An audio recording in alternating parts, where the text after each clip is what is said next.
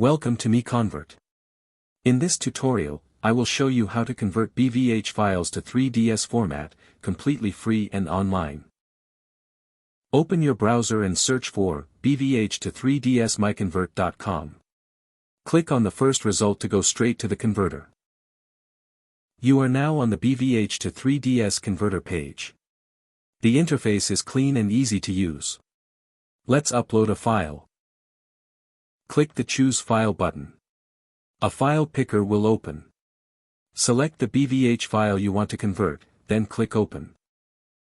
Your file is loaded and ready. You can see the file name, size, and destination format. Click Convert now to start the conversion. The conversion is in progress. You can see the progress bar moving. This usually takes just a few seconds. Done. Your file has been successfully converted. Click Download to save the 3ds file to your computer. That's it. Visit MiConvert.com for more free conversion tools. Subscribe for more tutorials. Thanks for watching.